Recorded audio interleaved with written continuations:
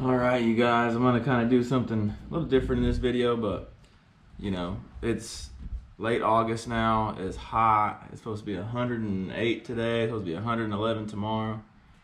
I actually have a guide trip tomorrow. It's gonna be pretty toasty, but so I'm gonna kind of go over just 3 things that I've really kind of keyed in on in the summertime that really helps me put fish in the boat, not only for myself but for clients as well. There's really 3 things, and I'm going to talk about that right now. So, a couple things. The heat is going to make these fish really lethargic, and so what I do to combat that is I use minnows. I'll get 6-7 dozen sometimes before I go out to a trip, or I'll get 4 or 5 even for myself sometimes. And a lot of people don't like fishing with minnows. They say you're not really a fisherman or whatever, but my job is to put fish in the boat for my clients and for myself too. I got to put fish on film for y'all, so I'm going to do whatever it takes to do that. And if I got to buy minnows, that's what I got to do. So I use minnows. It just gets rid of some of that finickiness that those crappie will have this time of year, and they just flat out work. So cars going by, but yeah, so they just flat out work, and I use them. I put them in a flop box, and use them, and they stay live. You don't have to have live ones, but they definitely stay on the hook better. So minnows are number 1. Number 2, move. It seems pretty simple, but some of these fish, you'll find groups of fish with 100 fish on them sometimes, 50, 100, just depends on the day, the spot. Sometimes you pull up, it's just loaded. I don't care how loaded it is, so many of those fish are gonna bite, and so many of those fish are not gonna bite. That's the hardest thing for a lot of people to understand, understandably so. You see fish, especially with live scope, you see fish, you just cannot get them to bite. If I can't get a crappie to bite within the first minute or 2 off a pile with a minnow, the first 2 or 3 drops are going to tell you everything you need to know. You have to kind of look for is there's going to be a lot of inactive fish, and so you don't want to spend time. This is the first drop on these fish, so we're going to see pretty quick if they're going to want to bite or not. Sometimes these fish, when you drop on them, they won't move, and that's how you know you need to go to another spot. Got that one. Let's see what kind of size. Oh yeah, not a bad one.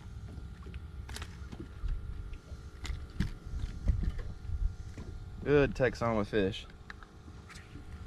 Because those fish, when you first drop on them, they're going to come out of there and they're going to bite it or they're not. So if they don't, 1 or 2 minutes, I'm gone. Even with clients in the boat, we're gone. So one thing I'm not going to do, and I don't do, is beg fish into biting. I want to go pick off the aggressive fish, and so if I got to move, that's what I got to do. If you think about it, if you fish a spot and catch 5 keepers off it, right? You can sit there and try to catch the other 20 off of it, or you can go hit 5 or 4 other spots to pick those 5 off of each spot, and you'll have a limit a lot quicker doing that. And that's kind of my mindset. Just go through an area, pick off the fish that want to bite, and just keep moving. So that's number 2, is move. And number 3 is this right here. This high vis green line. I use, I believe this is like a Mr. Crappie knockoff brand from Bass Pro, I believe. But I use 6-pound monofilament. I use this high vis. That high vis, these bites are so soft, especially with minnows, that I really truly believe that if you're not using high vis, you're catching half the fish you could be catching. And the reason I say that is because these fish bite it soft. So I've got this getting ready to rig up for my trip tomorrow. But so these fish, when they bite it, let's say you got your jig like this, when they bite it and come up with it, your line's just gonna do that. And so many of my fish on trips and everything will be like that. And a lot of times, even with that high vis line, you're not gonna feel the bite, first of all, and second of all, that fish is gonna be on there. You're gonna have no idea unless you see that line. That's one thing with my trips is I've noticed that over the more trips I do, the more that I see that that's a struggle for a lot of people, understandably so. I will constantly watching lines when we're out there on the water, and I'll tell a client, hey, your line's slack, lift up, you got a fish on there, and they'll lift up and I have a fish, and they're, how'd you know? I saw your line go slack. And that's one thing that, especially after 1 or 2 times that happens, and clients know to look for that, but I'm always watching. But those are just my 3 top things to really help fill a tailgate, fill a cooler. That, literally pays my bills, puts money in my pocket. I cannot not produce fish, so that's what I do to produce fish. Minnows, high vis line, and move. So those 3 things, are what does it for me. So I'm gonna just kind of go over this, there's so much to crappie fishing, and I feel like I want to try and simplify it for you. So give these tips some tries next time you're out there, and I think it would definitely help you be more productive. And that's what I'm about, being productive on the water. I don't care if I'm using minnows and people don't like that, whatever. That's their opinion, and everyone's entitled to it. But I'm into catching fish, so I really hope that helps.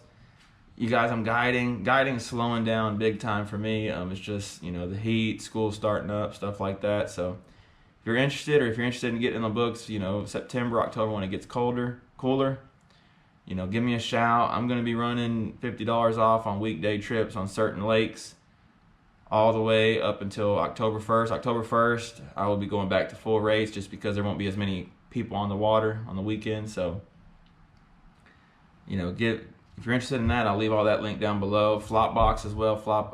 Kid Crappie 10. Get 10% off your order. That helps the channel. Lake breakdowns are still available, you guys. Those help me tremendously. I've got some things in the works with that too going forward, but just got to kind of take it little by little. But yeah, thanks so much for all the support, you guys, and leave a comment down below if you have any questions.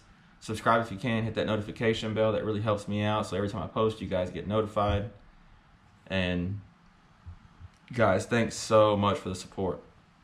Cannot wait. We're almost to fall. We just got to hang in there. It's still hot. It's going to be hot for a little bit longer, but the light at the end of the tunnel is coming. So thanks again. Catch you in the next one, and hope these tips help. See ya.